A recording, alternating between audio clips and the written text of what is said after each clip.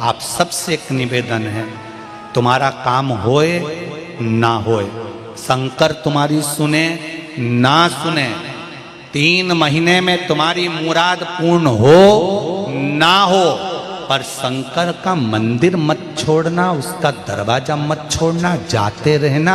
आज नहीं हुआ तो कल जरूर होगा, होगा जरूर निश्चित। मत छोड़ो। एक गाय, एक गौमाता से सीखो। गाय गौमाता दरवाजा बंद मिलता है तो भी दरवाजे पर जाती है, खड़ी रहती है। तुम्हारा दरवाजा बंद है, तुम बहुत चिढ़ गई, रोटी नहीं दूंगी जा, वो हटती नहीं, खड़ी रहती है। जाएगी फिर आ जाएगी, फिर जाएगी फिर आ जाएगी। कभी तो तुम्हारा दिल पसीचेगा, कभी तो डब्बा खोलकर रोटी लाओगे, गाय को दोगे। उसी तरह उसके दरवाजे पर जाते रहो, उसकी चौखट पर सिर रगड़ते रहो, एक लोटा जल मेरे महादेव को चढ़ाते रहो। कभी तो द्वार खोलेगा, कभी तो भाग्य खोलेगा, कभी तो सुनेगा। उसकी चौखट मत छोड़ो।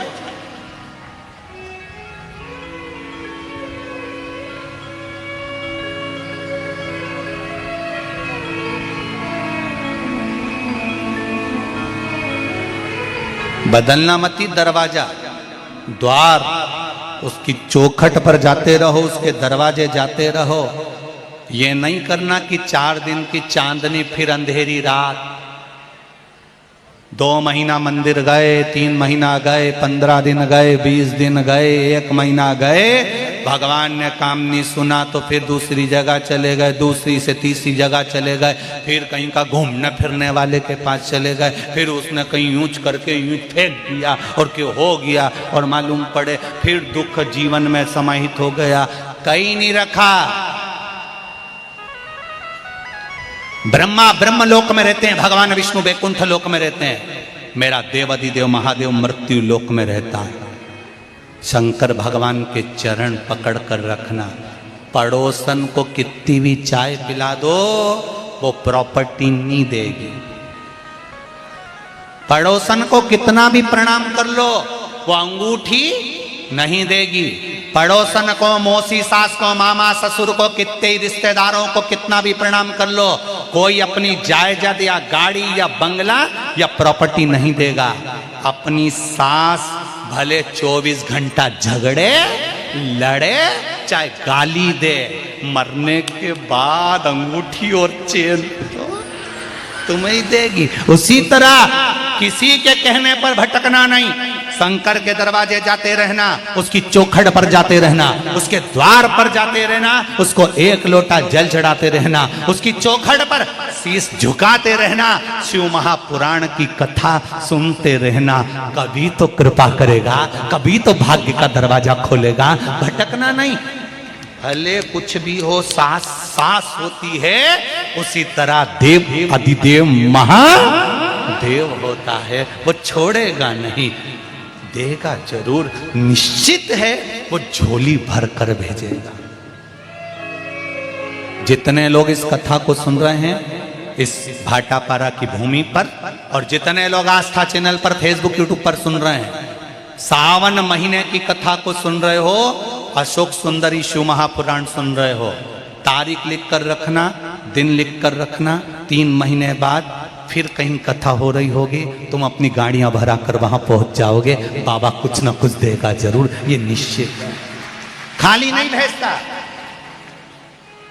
और हम तो सियोर आने वाले, कुबेरेश्वर धाम पर आने वाले भक्तों से भी कहते हैं, ये मत सोचा करो कि गुरुजी रहेंगे तब हम जाएंगे, नहीं, कंकर शंकर है। उस भूमि पर अगर तुम आए हो तो 3 महीने तक बैग मत खोलना, बैग ले जाके वापिस रख देना और बाबा से कहकर जाना कि बाबा मैंने सुना है तो 3 महीने में झोली भर देता है। बैग खोलूंगी नहीं, उसी बैग को लेकर आऊंगी और वो 3 महीने में उसी बैग के साथ बुला ही लेता है। ऐसा मेरा देवाधिदेव महादेव है। साधारण है कैसे?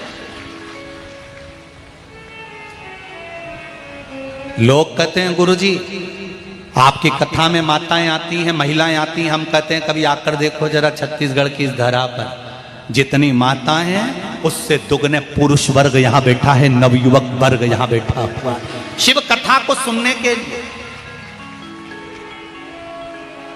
शंकर को अपने भीतर उतारना है। शिव पहले के लोग मुख से कहते थे आयुष्मान भव, और लोगों की आयु बढ़ जाती थी। आज के लोग तो पीठ थपथपा के कहते हैं खुश रहो खुश रहो खुश रहो। इसके बाद भी घर जाते से बेचारी रोती। तो अभी तो हमने आशीर्वाद लिया था गुरुजी से कि खुश रहो, तो साड़ी तो खुश ली पर खुश नहीं हो पाए। तो गुरुजी का आशीर्वाद क्यों नहीं फला?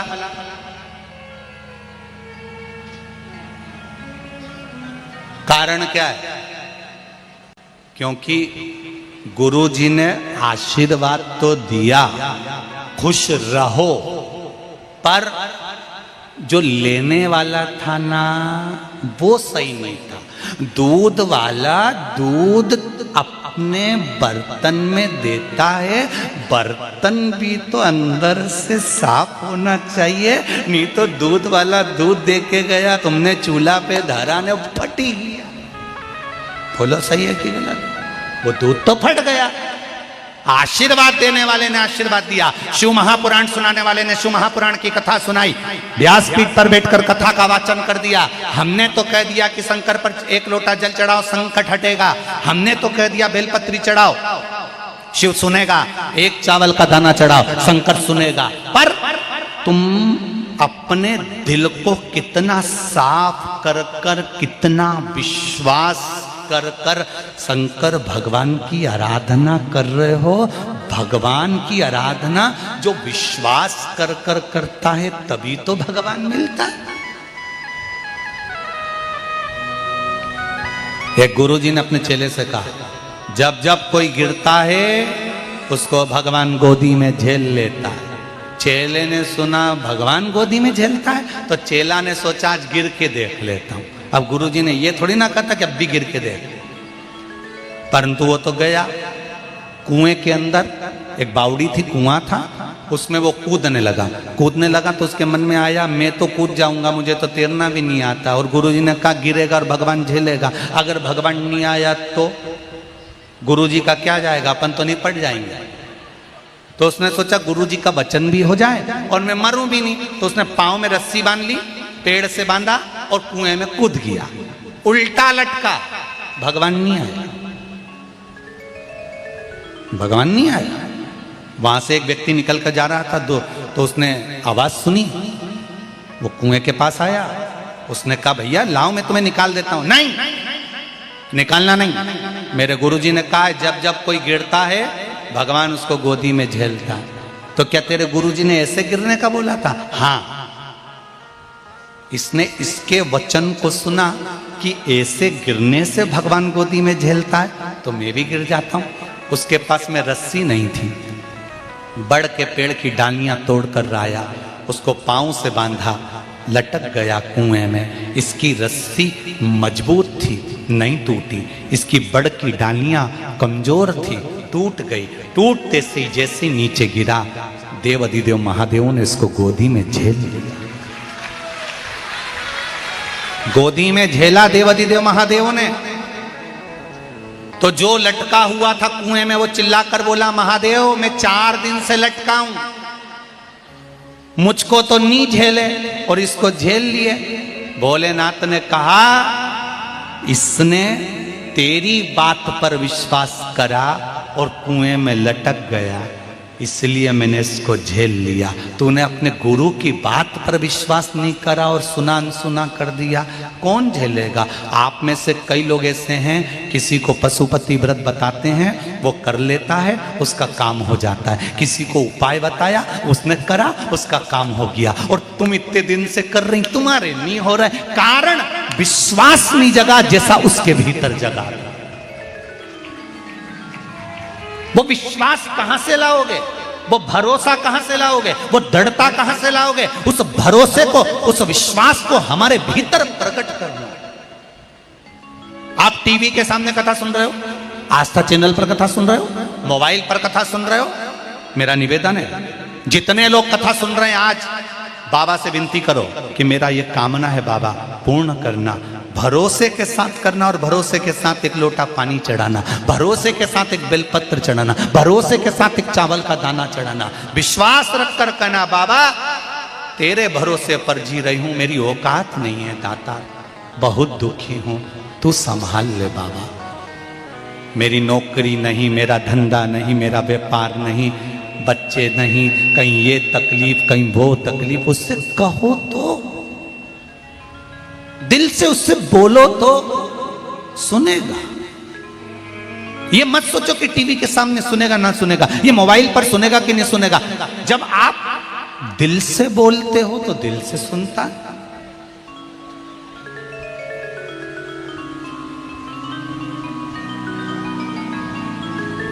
कई लोग कहते हैं गुरुजी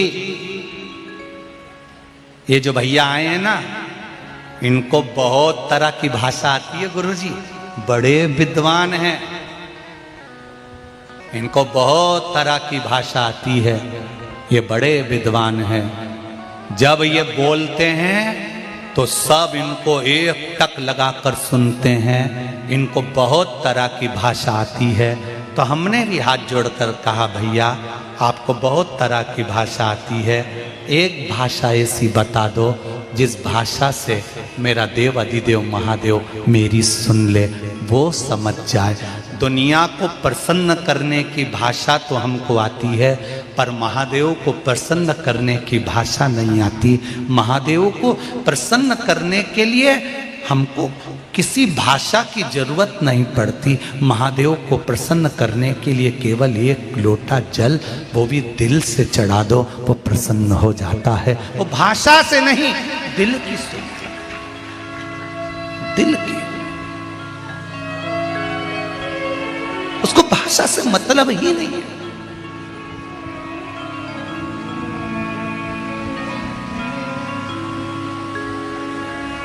भगवान को भी कितनी तरह की पढ़ाई करना पड़ी होगी, जरा सोचो।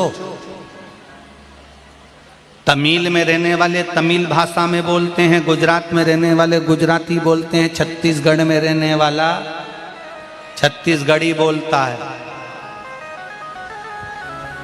कर्नाटक में बोलने वाला कर्नाटकी बोलता है, झारखंड का व्यक्ति झारखंड की भाषा बोलता है, गुवाहाटी का, उत्तराखंड का, यूपी का, कितनी भाषा लोग बोलते हैं और सब अपनी अपनी भाषा में भगवान को पुकारते हैं। तो क्या भगवान सुनता है कि नहीं सुनता? सुनता है ना। उसने भी तो पढ़ाई कर रखी होगी, और वो पढ़ाई कौन सी है? भाषा की पढ़ाई नहीं करी। एक चींटी भी छोटी सी चलती है ना, और उस चींटी को भी अगर दर्द होता है तो वो अपनी भाषा में पुकारती है। हाथी का पांव मगर ने पकड़ा, हाथी ने पुकारा तो भी वो दौड़ कर आया।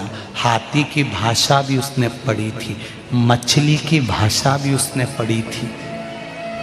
चीटा, झिंगूर, इल्ली, काकरोच, कुत्ता, जानवर, जीव, सबकी भाषा वो समझता है। किसी ने पूछा भगवान कितने लोगों की भाषा जानता है? भगवान कितनों की भाषा जानता है? भगवान किसी की भाषा नहीं जानता। भगवान तो केवल एक बात जानता है कि तेरा दिल दुखा और वो सामने आकर प्रकट हो गया। तूने दिल से पुकारा, वो प्रकट हो गया। वो दिल देखता है, हम चेहरा देखते हैं, वो मन देखता है, वो हृदय देखता है। हम चेहरा देखते,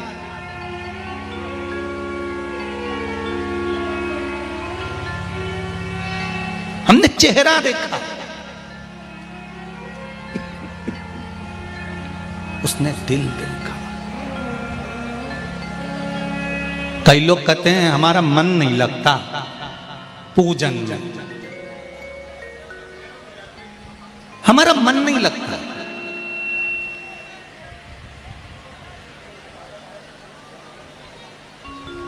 अच्छा एक बात बताओ, कभी किसी ने तुम्हारे हाथ में चावल दिया, जल दिया, रुपया दिया और फिर बोले नाम बोलो, गोत्र बोलो और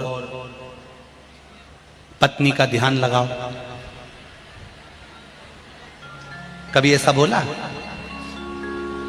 आज तक किसी ने ये नहीं बोला कि पत्नी का ध्यान लगाओ और तुम्हारा ध्यान पत्नी के पास चला जाता है। बोलो जाता है कि नहीं जाता?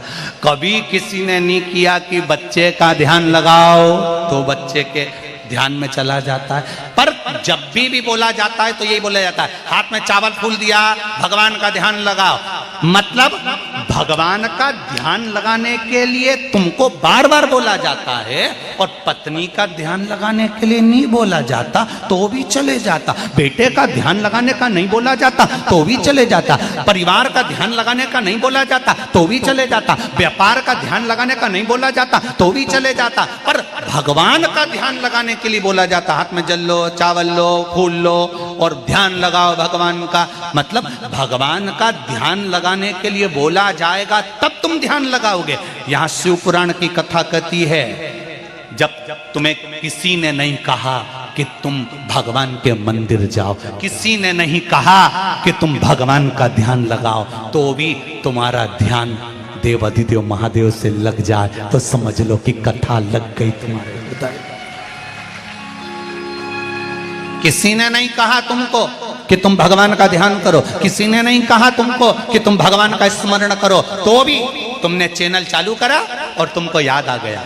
चैनल भले 4-5 दिन कथा नहीं आई पर चैनल लगाया और लगाते ही याद आ गया, सियोर वाला महाराज नहीं दिख रहा, शिव पुराण नहीं आ रही, बहुत दिन हो गए, 4 दिन 3 दिन 2 दिन 5 दिन कथा नहीं मिल रही। ध्यान में शंकर आ गया, ध्यान में परमात्मा आ गया। मेरे को कुबेरेश्वर महादेव जाना है, मुझे महाकाल जाना है, मुझे काशी जाना है, तुम्हारे ध्यान में वो परमात्मा आ गया। जिस दिन कोई तुमसे कहे ना, ये बोले ही नहीं कि तुम ध्यान लगाओ और तुम्हारे ध्यान में वो देवाधिदेव महादेव आ जाए, तो समझ लेना कि अब भगवान से डोरी बंध गई है, भगवान तुम्हारा हो गया, तुम भगवान के हो गए। अब ध्यान लगाने की जरूरत नहीं, अब वो तुम्हारी चित्तवृत्ति में समाया है।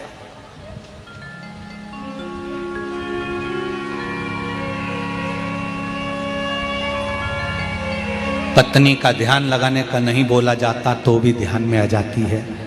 बेटों का ध्यान लगाने का नहीं बोला जाता तो भी ध्यान में आ जाता है। काम का ध्यान लगाने का नहीं बोला जाता तो भी काम याद आ जाता है। उसी तरह बिना ध्यान लगाए परमात्मा मिल जाए तो समझ लो कि वो ध्यान लगाने की जरूरत नहीं है, वो मिल रहा है, प्राप्त मिल रहा, उसकी प्राप्ति है। और वो चित्त, आनंद, वृत्ति, सुख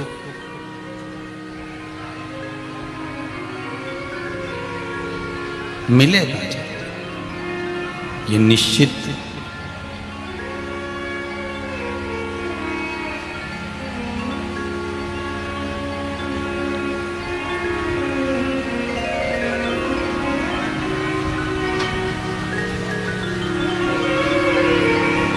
जब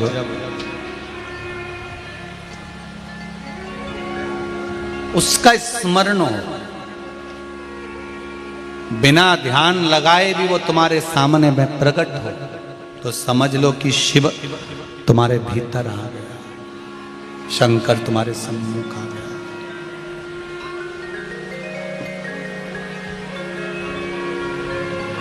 मिल गया।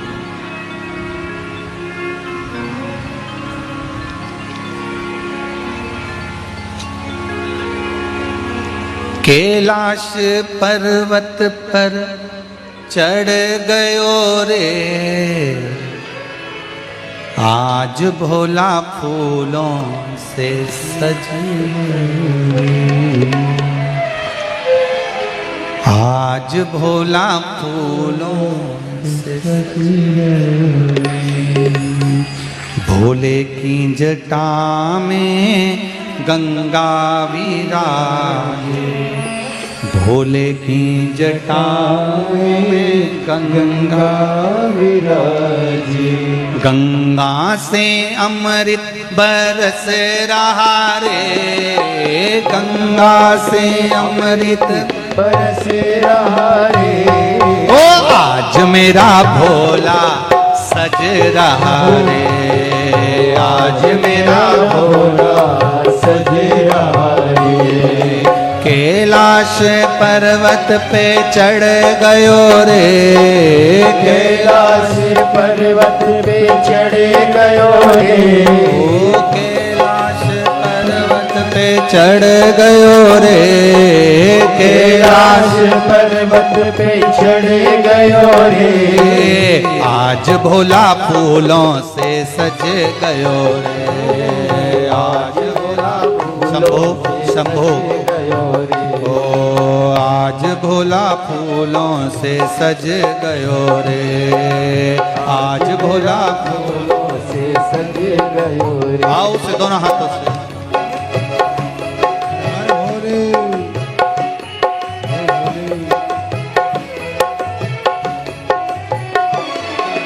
जय हो हे भोले।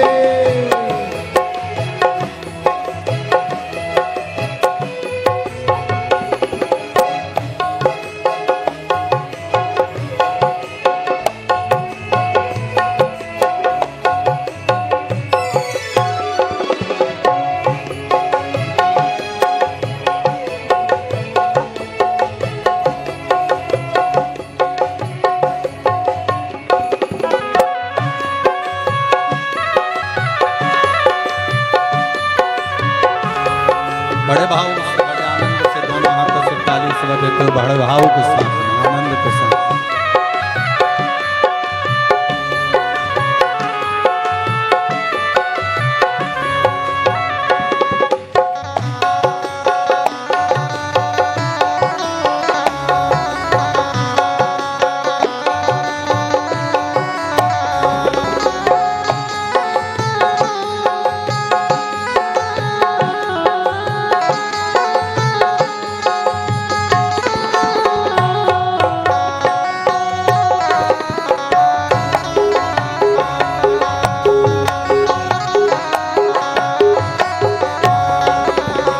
भोले के गले में सर्पों की माला, भोले के गले में सर्पों की माला। ओ भोले के गले में सर्पों की माला, भोले के गले में सर्पों की माला। ओ गले में सर्प लिपट गयो रे, गले में सर्प लिपट गयो रे। ओ आज भोला फूलों से सज गयो रे, आज भोला फूलों से सज गयो रे। ओ कैलाश पर्वत पे चढ़ गयो रे, ओ कैलाश पर्वत पे चढ़ गयो रे। ओ कैलाश पर्वत पे चढ़ गयो रे, ओ कैलाश पर्वत पे चढ़ गयो रे। ओ आज भोला फूलों से सज गयो रे, आज भोला फूलों से सज गयो रे। ओ आज भोला फूलों से सज गयो रे, ओ आज भोला फूलों से सज गयो रे।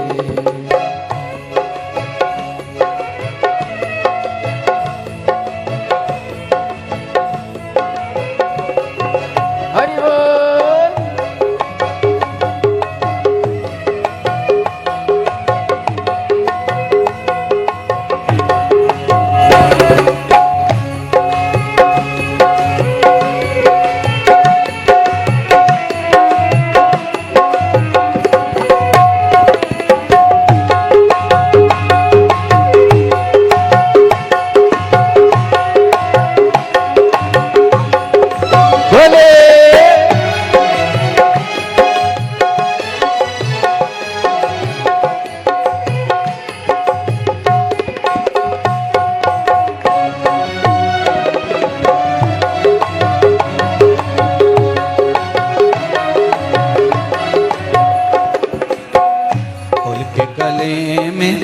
भोले के हाथों में डमरू विराजे, भोले के हाथों में डमरू विराजे, ओ भोले के हाथों में डमरू विराजे, भोले के हाथों में डमरू विराजे, ओ हाथों में डमरू बाज रहा रे, हाथों में डमरू बाज रहा रे, ओ आज भोला फूलों से सज रहा रे, आज भोला फूलों से सज रहा रे, आज भोला फूलों से सज रहा रे, आज भोला फूलों से सज रहा रे, कैलाश पर्वत पे चढ़ गयो रे, कैलाश पर्वत पे चढ़ गयो रे, ओ आज भोला फूलों से सज रहा रे, आज भोला फूलों से सज रहा रे,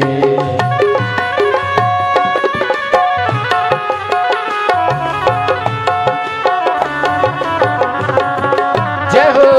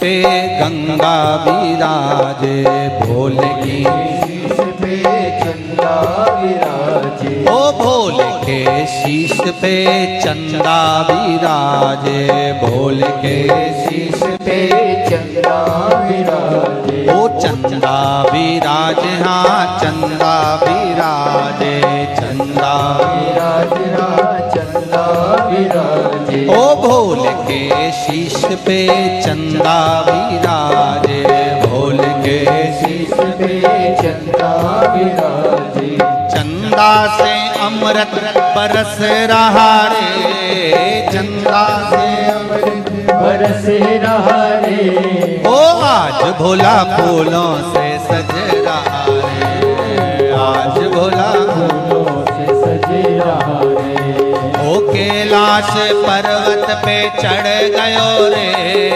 कैलाश पर्वत पे चढ़ गयो रे, हाँ कैलाश पर्वत पे चढ़ गयो रे, कैलाश पर्वत पे चढ़ गयो रे, ओ आज भोला फूलों से सज गयो रे, आज भोला फूलों से सज गयो रे, ओ आज भोला फूलों से सज गयो रे, आज भोला फूलों से सज गयो रे, जय हो।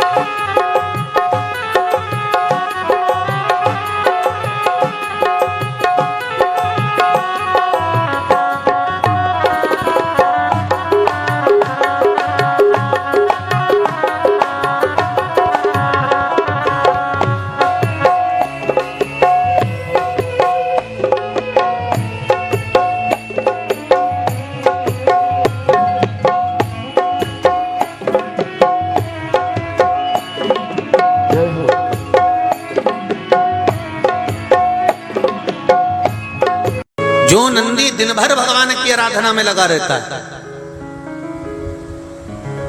उस नंदी को यदि अर्चन किया जाए तो उसका फल हमें मिलेगा। उमा माता ने दोनों के संबंध को श्रेष्ठ बनाने के लिए मुंह भगवान नंदीश्वर को समर्पित करे। बहुत ध्यान दीजिएगा, आज भी बुजुर्ग माताएं पूजा की जो थाली रहती है उसमें गुड़, मूंग, धना, जब मंगल विवाह होता है या कोई अच्छा कार्य होता है, शुभ कार्य होता है तो उसमें ये रखती हैं। उसका कारण है कि जिसका संबंध जोड़ा जा रहा है, जो लड़का लड़की का संबंध हो रहा है या कोई सगाई हो रही है या इन लोगों का आपस में कोई जुड़ाव हो रहा है या दो रिश्तेदार आपस में मिल रहे हैं, तो इन लोगों में कभी विवाद खड़ा नहीं, कभी विवाद इनका आपस में प्रेम। अब यहाँ का तो नहीं मालूम, पर हमारे उधर तो आज भी नियम है, जब कोई अतिथि आता है, कोई विशेष आता है, तो जब आरती उतारते हैं तो थोड़ा सा गुड़ अतिथि को मुख में दे देते हैं, हाथ में दे देते हैं। अब यहाँ का नहीं मालूम, पर हमारे उधर का तो नियम है। मारवाड़ में भी, राजस्थान में भी, मध्य प्रदेश में भी, आदि आदि यहाँ पे भी शायद होगा कि आरती करते समय थोड़ा सा गुड़, उसमें शक्कर नहीं, गुड़ दिया जाता है। उस गुड़ की महत्वता क्या होती है? गुड़ की मूलता क्या होती है? महाराज, शक्कर के दाने बिखरे रहते हैं और गुड़ के दाने बंधे रहते हैं। इसलिए सनातन धर्म में केक काटने की प्रथा नहीं है। सनातन धर्म में लड्डू बनाकर बांटने की प्रथा। केक सनातन धर्म में नहीं काटा जाता। केक काटोगे तो टुकड़े टुकड़े होकर अलग हो जाएगा, और लड्डू का मतलब होता है कि बिखरे बिखरे दानों को जोड़कर एक कर देना और उसे वितरित कर देना। मतलब संसार को, परिवार को, कुटुंब को एक करने का सनातन धर्म ज्ञान देता है। सनातन धर्म वर्णन गुड़ जोड़ता। जितने समय अतिथि हमारे घर में रहे, मेहमान हमारे घर में रहे, जिसको हमने आरती के समय पर गुड़ दिया है, जिसको हमने गुड़ दिया है, वो पाकर आनंद के साथ में रहे। अच्छा, कभी तुमने सुना जो जिसके यहाँ पर गणेश जी नहीं होते, शादी ब्याहों में अगर गणेश जी नहीं मिलते तो क्या करते हैं? वो गुड़ का जो ढेला होता है ना, उसी को आधा तोड़कर गणेश जी बना के रख देते हैं और उसी आधे गुड़ के ढेले का भोग लगा देते हैं। गुड़ का ही गणेश और गुड़ ही खजा। देखिए जरा भाव, देखिए हमारे सनातन धर्म, भगवान को रिझाने का तरीका देखिए। अब कई लोग कहते हैं ये गुड़ से क्या होता है, ये मूंग से क्या होता है, ये धने से क्या होता है, चावल से क्या होता है, बेलपत्र से क्या होता है। अरे भाई, समर्पित करोगे, पाओगे तो जानोगे ना। और हमने पहले भी कहा, आज फिर कह रहे, शिव मंदिर में चढ़ी हुई बेलपत्र आप अगर उठाकर ला रहे हो, निर्माल्य उठाकर ला रहे हो, तो शंकर भगवान से बेलपत्र लाते समय आपको उठाने से पहले शिव जी के सामने हाथ जोड़कर, हाथ पसार कर कहना पड़ेगा, बाबा मुझे ये रोग है, इस रोग के लिए मुझे औषधि के रूप में आप बेलपत्र दे दीजिए। हम ये नहीं जानते, क्योंकि शिव महापुराण में लिखा है कि नर्मदेश्वर महादेव पर चढ़ा हुआ सामग्री निर्माल्य प्रसाद पा सकते हो, बाकी के शिवलिंग पर चढ़ा हुआ का भाग तो जो वैरागी होते हैं, त्यागी होते हैं, संत होते हैं, साधु होते हैं, उनके लिए होता है। पर यदि हम नर्मदेश्वर महादेव नहीं भी है और हमको रोग है, तकलीफ है, कष्ट है, तो जो बेलपत्र हम शंकर जी से मांग कर ला रहे हैं, उनसे कह कर लाओ, हमें औषधि दे दीजिए। तो वो औषधि के रूप में हम लेकर आएंगे, तो वो हम खाएंगे तो हमारे शरीर को वो लगेगी। हम ये नहीं कह रहे कि आप इसी का लेकर आओ या नर्मदेश्वर को ढूंढो फिर उसका शिवलिंग लेकर आओ। कहाँ ढूंढोगे? आप तो औषधि मांग कर लाइए। आप उससे औषधि के रूप में मांगे। शंभो शरणे मांगू घड़ी रे दुख काटो दया करी दर्शन आपो। देव ऋषि नारद ने पार्वती जी को देखा, जिनका भाग्य में बताकर आया था, जो पार्वती के पिता को मैं कहकर आया था, ये पार्वती को जो पति मिलेगा वो नग्न वेशधारी, भस्मी रमाने वाला, जटाजूट बांधने वाला, एकांत का वास करने वाला, ऐसा पति मिलेगा। तो देवऋषि नारद से कहा हम इसका विवाह नहीं करेंगे, हम इसको घर में रखेंगे। तब नारद जी ने कहा बेटी के भाग्य में सुख लिखा होगा तो सुख मिलेगा और दुख लिखा होगा तो दुख मिलेगा। तुम करोड़ों का वैभव देखकर भी दे दोगे, किस्मत में लिखा होगा तो ही तो भोग पाएगी ना, किस्मत में नहीं होगा तो भोगेगी क्या?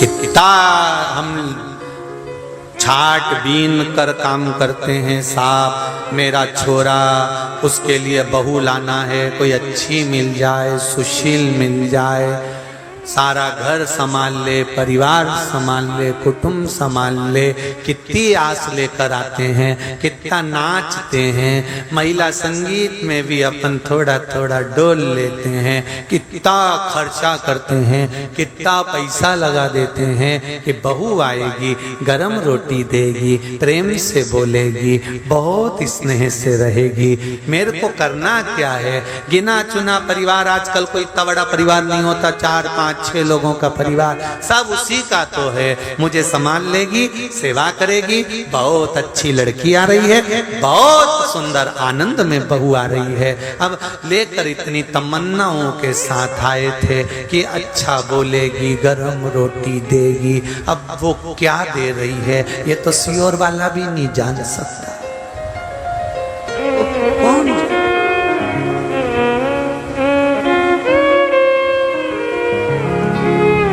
कहा आपने? गुरुजी, कई लोग आते हैं लड़कियों का फोटो लेकर, हमारे लड़के की लड़की देख के आए, गुरुजी देख के बताओ कैसी रहेगी? हमने कहा बहुत बढ़िया। गुरुजी हम 8 लोग गए थे देखने, आधा घंटा बैठे गुरुजी, लड़की भी बैठी मिली पर मुंह से आवाज नहीं आई। गुरुजी ऐसी जोरदार लड़की, इतनी सुशील, इतनी बढ़िया, बिल्कुल नहीं बोली। गुरुजी आप देख के बताओ ना कैसी है? तो हमने भी कह दिया अभी नहीं बोलेगी, जब वो बोलेगी तो तू भी डोलेगी, अभी काहे को बोलेगी? शादी कराना है कि नहीं कराना?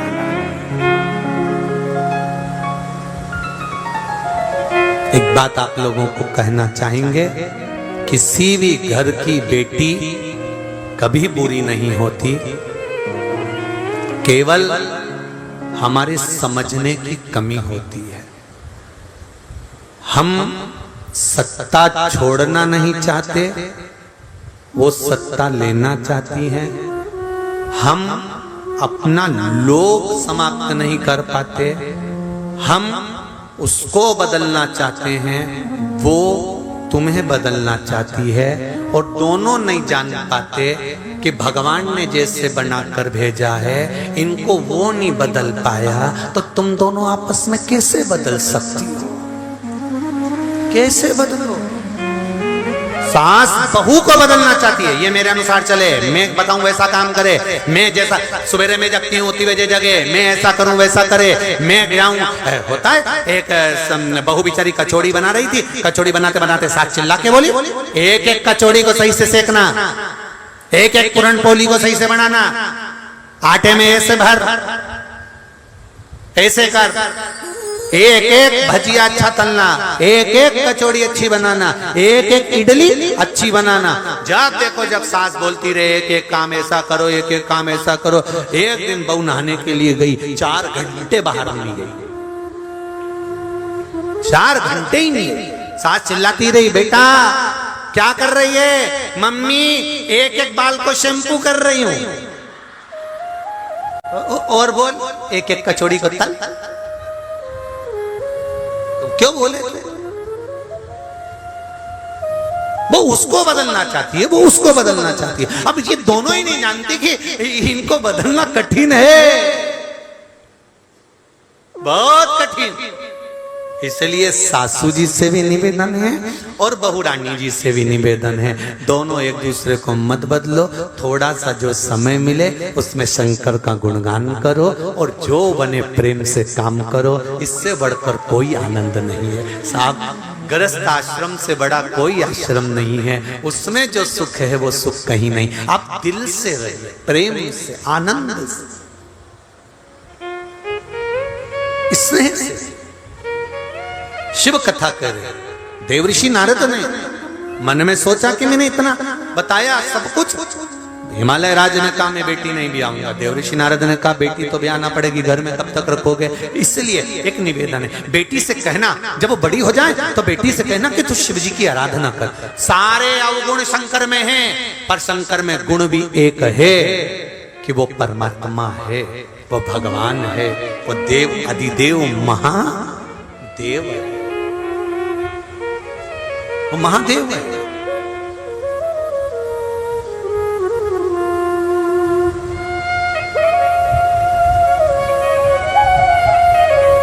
पूछा, मैनावती ने पूछा देवऋषि नारद से, नारद एक बात पूछूं मैं आपसे? मैं आपसे पूछूं एक बात? हाँ बोलिए, क्या बात? बोलो। देवऋषि नारद ने कहा क्या बात है? मैनावती कह रही है शिवजी क्या मेरी लाड़ो को, मेरी बेटी को निभा लेंगे? शंकर क्या मेरी बेटी को निभा लेंगे? देवऋषि नारद ने कहा जिसके दांतों में विष होता है वो गले में पड़ा है तो भी निभ रहा। बोलो सही है कि गलत है? दांतों में विष है, गले में पड़ा है तो निभ रहा है। कंठ पर विष भरा है तो भी आनंद में रह रहा है। जिसको टेंशन बहुत होता है उसकी रात की नींद चली जाती है, पर शंकर भगवान के कंठ पर विष भरा है तो भी आंख बंद करके चकाचक बैठे, कोई टेंशन।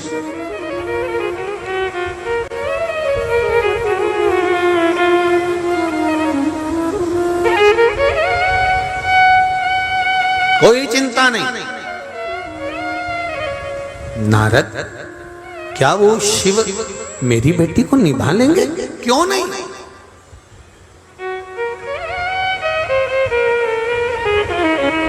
सारे देवताओं की लिस्ट निकाल लो। लक्ष्मी जी ने भगवान विष्णु को श्राप दिया था, केवल भगवान विष्णु लक्ष्मी को देखकर हंस दिए थे तैयार होते समय, और नारायण हंसे और लक्ष्मी को क्रोध आ गया। हे नारायण, आप मुझे देखकर हंसे हो घोड़े की तरह, मैं श्राप देती हूं लक्ष्मी कि नारायण तुम मुझे घोड़े की तरह देखकर हंसे हो, इसलिए तुम्हारा गला कटेगा, शीश कटेगा और घोड़े का मुंह लगेगा। भगवान विष्णु का हयग्रीव अवतार हुआ केवल लक्ष्मी के कारण। ब्रह्माणी ब्रह्मा जी को श्राप दे देती हैं, ब्रह्मदेव तुमने मेरा अपमान करा है, यज्ञ करने बैठे मैं तैयार होने गई थी और तुमने दूसरी स्त्री को बिठा लिया। इन ब्राह्मणों के कहने पर गाय के मुख से प्रकट कर कर गायत्री को बिठा लिया। इस पुष्कर राज की भूमि पर तुमने गायत्री को बिठाकर यज्ञ करा है। ब्रह्मदेव मैं ब्रह्माणी तुमको श्राप देती हूं, पूरी पृथ्वी पर कहीं तुम्हारे मंदिर नहीं बनेंगे, केवल एक पुष्कर में तुमने यज्ञ करा है इसलिए यहां तुम्हारा मंदिर होगा, बाकी के कहीं नहीं होंगे। ब्रह्माणी ब्रह्मा को श्राप दे देती हैं, नारायणी नारायण को श्राप दे देती हैं, इंद्राणी इंद्र को श्राप दे देती हैं। केवल अगर सही परिवार देखा जाए तो शंकर और पार्वती का है, जो आज तक भगवान शंकर से कोई शब्द ही नहीं कहे, एक शब्द नहीं। तीज का व्रत किसका होता है? जम के बोलो जरा। पार्वती जी का। छठ का व्रत किसका होता है? बोलते जाओ। पार्वती जी का। चतुर्थी का व्रत किसका होता है? बोलो बोलो जम के। पार्वती जी का। नवरात्रि के व्रत किसके होते हैं? पार्वती जी के। भारत की भूमि पर जितने स्त्रियों के व्रत हैं, माताओं के व्रत हैं, ये सारे पार्वती जी के हैं। ना लक्ष्मी जी का कोई व्रत नहीं है। कोई ने नहीं कहा कि दिवाली पर तुम लक्ष्मी जी का व्रत करो, वो तो तुम्हारी मर्जी हो तो करो, नहीं तो कहीं शास्त्र प्रमाण में नहीं लिखा कि आप लक्ष्मी जी का व्रत करो। लक्ष्मी जी का कोई व्रत नहीं है। यहां ब्रह्माणी का कोई व्रत नहीं है, इंद्राणी का कोई व्रत नहीं है। अगर व्रत है तो केवल पार्वती जी का। माता पार्वती का व्रत इसलिए है क्योंकि माता पार्वती ने कभी अपने पति से अपशब्द नहीं कहे थे, कभी ऊंची आवाज में बात नहीं करी थी, इसलिए पार्वती जी के व्रत आज तक चल रहे हैं। व्रत तो तुम्हारे भी चालू हो जाए, अगर तुम ऊंची आवाज में बात नहीं करो तो इसमें कोई दिक्कत नहीं। अगर तुम तेज आवाज में बोलना बंद कर दो ना, तुम जब भी बोलती हो ना धड़धड़ा के बोलती हो। 4 घंटे से बोल रही हूं कि दूध की थैली लिया, फोन भी किया था मैंने कि दूध की थैली लेते आना। कथा में गए थे, वहीं से सब्जी लेते लेते आ जाते। ऐसी धड़धड़ा के बोली चंद्र घंटा, ऐसी बोली कि भेरू सिंदूर चिपका के बैठ गया। कई मत बोलो। क्या व्रत तो तुम्हारे भी चालू हो जाए, तुम अगर तेज आवाज में नहीं बोलो तो व्रत तो व्रत है।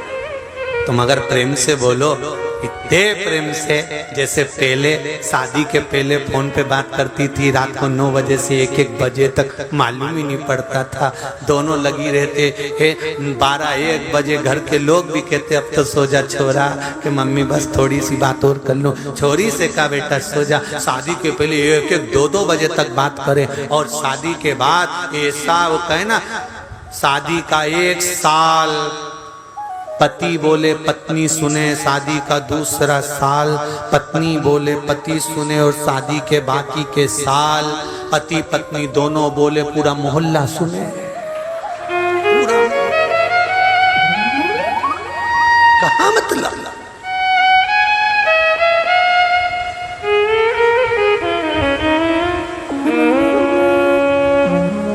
क्या मतलब? आप हृदय से बोलो तो, आप हृदय से दिखाओ तो शिव को। कहो पार्वती मैया से, जब पार्वती जी बड़ी हो जाए तो शंकर जी की आराधना करना। शिव पति के रूप में मिल गए तो जीवन सार्थक हो गया। कहा देव ऋषि नारद ने, शंकर अगर मिल गए तो जीवन में कहीं फिर भटकाव नहीं होगा, कहीं भटक नहीं सकते। आपसे भी निवेदन है, सारी समस्या का हल जरा जम के बोलो, 1 लोटा जल। और उस 1 लोटे जल की महत्वता को जिस दिन जान गए उस दिन जीवन आया 1 लोटा जल।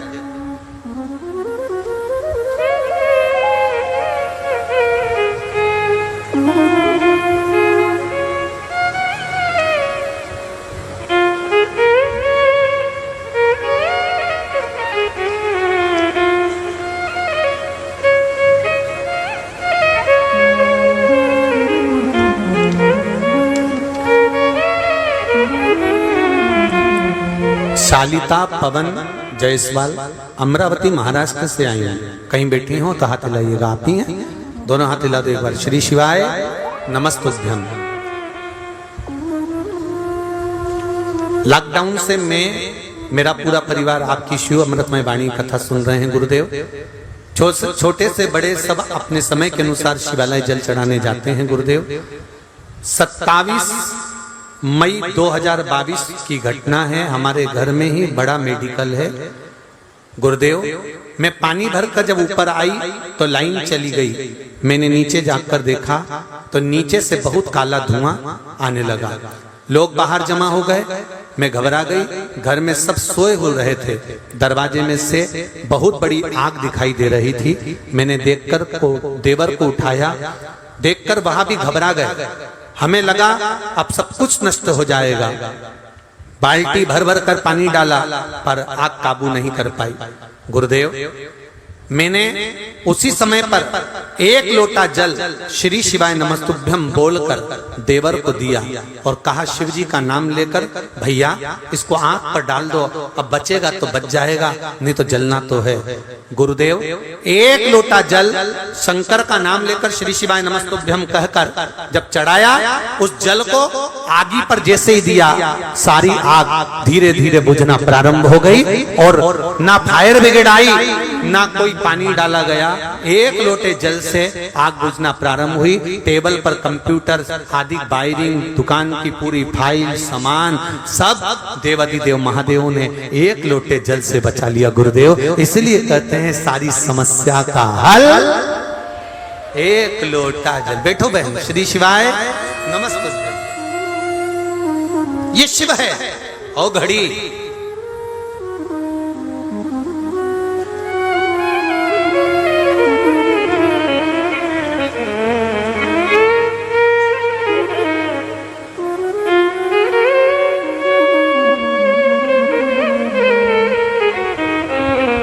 एक पत्र और है, देखिए।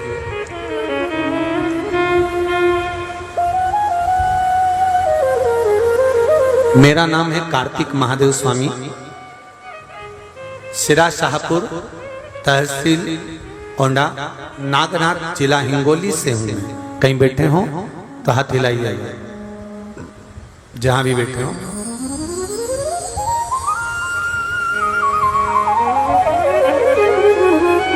उन्नीस फरवरी 2021 को हार्ट अटैक आया। एंजियोग्राफी करने पर पता चला मुझे 5 ब्लॉकेज हैं। तो गुरुदेव मेरी 2 बार एंजियोग्राफी हो गई, फिर भी मेरी हालत ठीक नहीं रही। मुझे बाईपास करने का बोला गया। फिर मेरे घर वाले और मैं घबरा गया। फिर मेरी बहन ने शिव महापुराण के बारे में बताया। तब से मैंने टीवी पर कथा देखना चालू किया।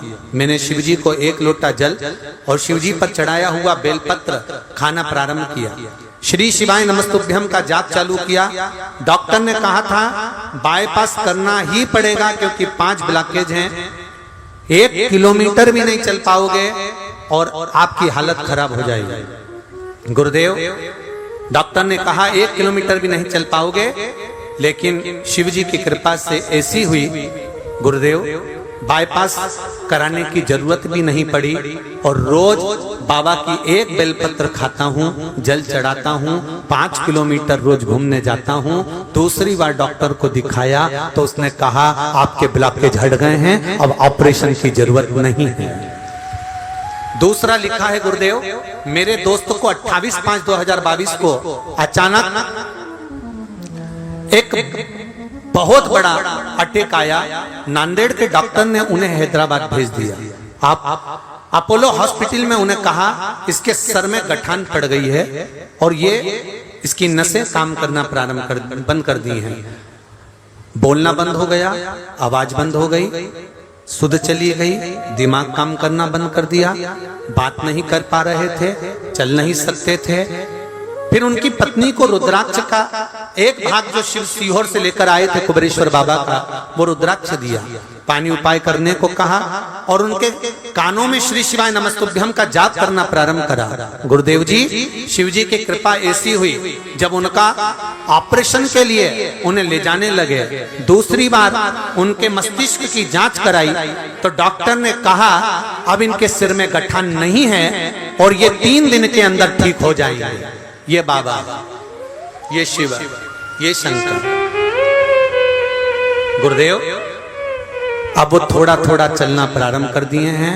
अब उनको होश भी पूरा है और वो 1 महीने के अंदर बाबा की कृपा से पूर्ण स्वस्थ हो जाएंगे। हम कुबेरेश्वर धाम आकर धोख लगाने के लिए आएंगे। ये शिव तत्व है। शंकर को पहचानना जानना बड़ा कठिन है। सारी समस्या का हल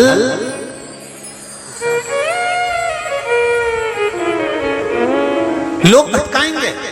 आपसे कहेंगे बेलपत्री चढ़ाने से कुछ होता है, शहद लगाने से कुछ होता है, जल चढ़ाकर पीने से कुछ होता है, बेलपत्री खाने से कुछ होता है, शंकर जी इस शंकर जी पे चढ़ाओ, इन पे मत चढ़ाओ, उन पर मत चढ़ाओ, ऐसा करो वैसा करो। मेरा देवाधिदेव महादेव ये कभी नहीं देखता कि तुम क्या दे रहे हो। देवाधिदेव महादेव ये देखता है कि तू दिल कितना दे रहा है, हृदय कितना दे रहा है, मन कितना समर्पित कर रहा है, अपनी चित्तवृत्ति कितनी परमात्मा को दे रहा है। मेरा देवाधिदेव महादेव बस केवल ये दे, मैंने तेरे ही भरोसे ओ बाबा तेरे ही भरोसे हवा विच उड़के जावांगे बाबा डोर हटो छटीला मैं कठी जावागी। उसे दिल से कहो, वो सुनेगा। भाव उसको समर्पित हो। जैसे अर्जुन कृष्ण के प्रति समर्पित थे और कृष्ण माता कुंती के प्रति भाव प्रणीत था, ऐसा हृदय से। केशवा माधवा तू जाना माते गुणवा,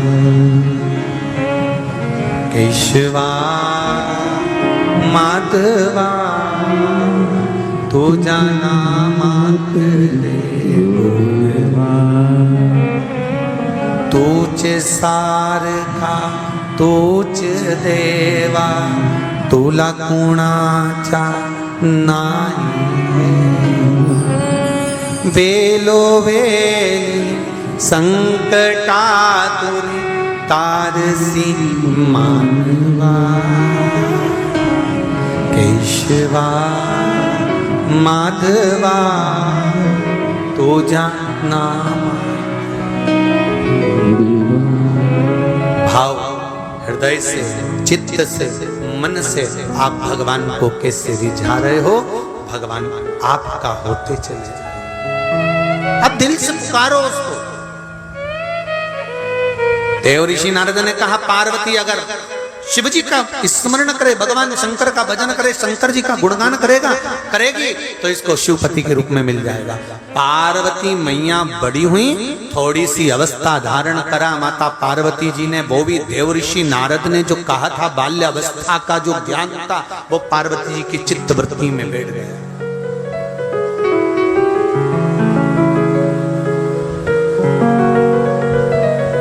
बचपन का ज्ञान शिव तत्व का सुंदर आनंद देता है। जो लिंगायत संप्रदाय के लोग होते हैं, यहाँ हैं लिंगायत संप्रदाय के,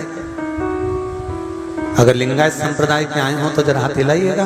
कितने लोग बैठे हैं लिंगायत संप्रदाय के? बहुत सारे हैं। रखो रखो रखो, ठीक है। लिंगायत संप्रदाय के जितने भी लोग रहते हैं, इनके यहाँ एक नियम सबसे भारी होता है। उस नियम के लिए पूरी लिंगायत संप्रदाय को मैं नमन करता हूँ।